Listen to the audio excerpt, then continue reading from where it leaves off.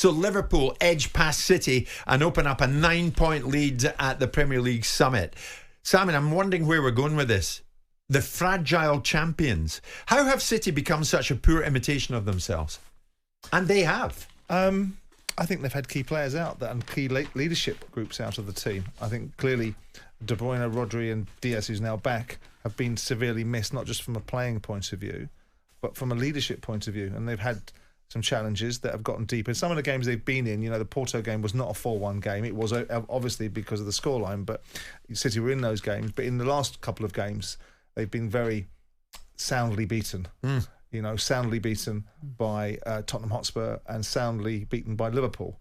I mean, the Feyenoord game, you kind of work out, again, the fragility of going 3-0 up and finding themselves being clawed back by a decent Feyenoord side, but notwithstanding it, if you're 3-0 up in the Champions League game, the job should be done. Sure. I mean, I would still suggest that Man City aren't going into hibernation. They'll find the keys to whatever challenges they've got. But I would suspect it's a degree of recruitment, refreshment. And by the way, nothing lasts forever, neither should you want it to.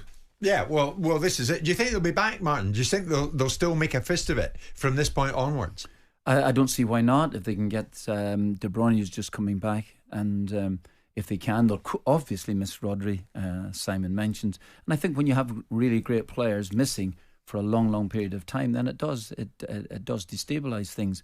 But overall, yeah, Manchester City have been so good. And it was... Are they in a fight for top 4, Martin? They may well be. It depends how long this run will go on. They'll pull out of it. Number one, because they have enough good players, and two, they've got a great manager. Did you ever face a run like this? Oh, only about every second week. No, you do get a run where you feel as if that you don't know where the next result is going to come from, and if it goes on, and the players start to lose confidence, and you start to think whether your words are having any sort of effect in the dressing room. Yeah, it happens to all of us as managers. Guardiola, Simon, we know, responded to Liverpool fan chants of sacked in the morning by putting up 6 fingers in reference to 6 titles in 7 years. Pretty Mourinho-esque, it's being suggested. I don't think that's wrong. Should he have been above that? This was Pep on that. Listen, I'm so proud for my 6 Premier Leagues against that team in the previous teams. I'm so sorry. I didn't expect Anfield with 0-2 start to chant be sacked. Maybe I deserve to be sacked, honestly. With the results, maybe I'm still in job because we won 6 Premier Leagues, a lot of titles. Otherwise, the hierarchy maybe we think, it doesn't work. Yeah, but I didn't expect with 0-2 start to sing. We should sing maybe with 0-1 when the game was a little bit tighter, or maybe last season, the previous season. But maybe in Brighton that they did it, so I understand. But Anfield, I didn't expect that. But it's fine. So it's what it is. At the end, it's part of the game. When you win, you laugh. When you lose, they laugh. It's fine, he says, Martin. Was it fine? Would you have done that? Well, I don't know whether I would have done it. Do you know what? I don't think there's anything wrong with it, personally. I think it's just a reminder that he's only won 6 titles in 7 years. Not too bad, is it, really? And yeah, Mourinho went into a press conference and was shouting respect. Believe it or not, yeah, you might feel it's Pep's really above that, or Mourinho. That's what I'm thinking. Yeah.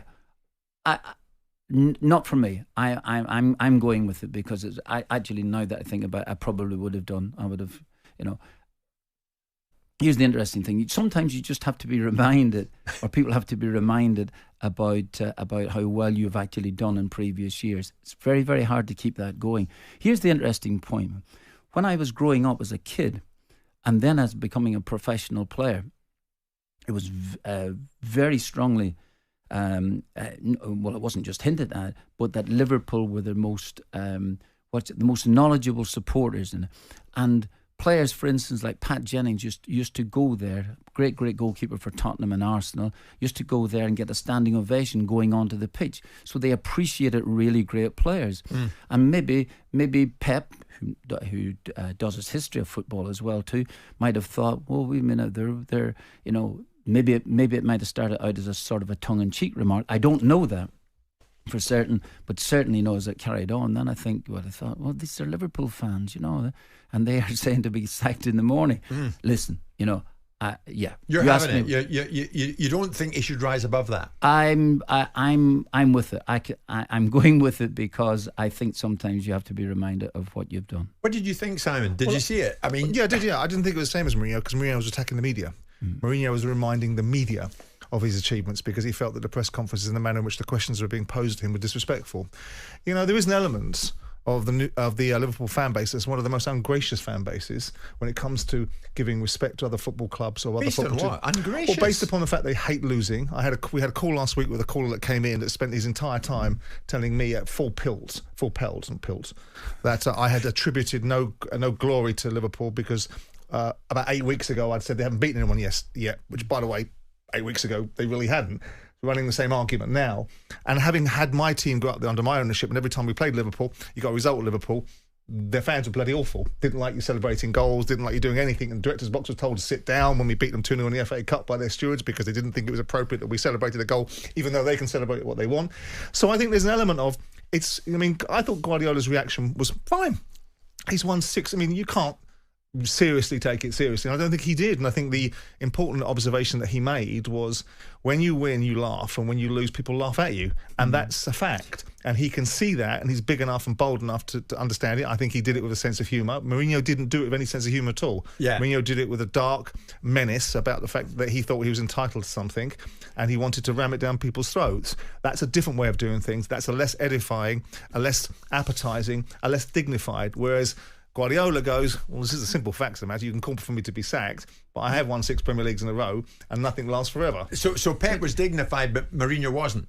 Oh, I didn't think he was. Listen, I mean, does Pep forever stay untouchable? I think he's less dignified. I thought Mourinho's response was less dignified because Mourinho was very hostile and very aggressive and went off on one of his rants about more respect, but he was directing it at the media, which I can understand, and to some extent, because some of the questions you get asked, as Martin will attest to, are quite inflammatory, designed to get a reaction, designed to get a soundbite, and it's irritating, and you have to work your way through it. But you think the Liverpool support can at times be one of the most ungracious in the game? There's certain terminologies you can't use because there's special characteristics. If you do use them in conjunction with Liverpool, you get yourself into all kinds of trouble.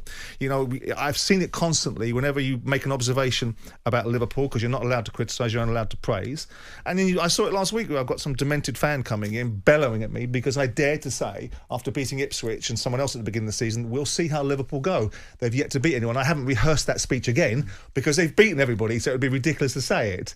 So from my point of view, I think it's ridiculous for Liverpool fans to be singing out for a team that's won 1 Premier League in 32 years against their domination of the 70s and 80s, against a manager that's in a side that you might not like how Man City have done it, and you might not like the fact they've got 115 charges, but to say you're getting sacked in the morning, I think it's a bit ridiculous. Martin, keep your powder dry. We're going to hit a break, but I'm going to put it out there. Are City now in a fight for top 4?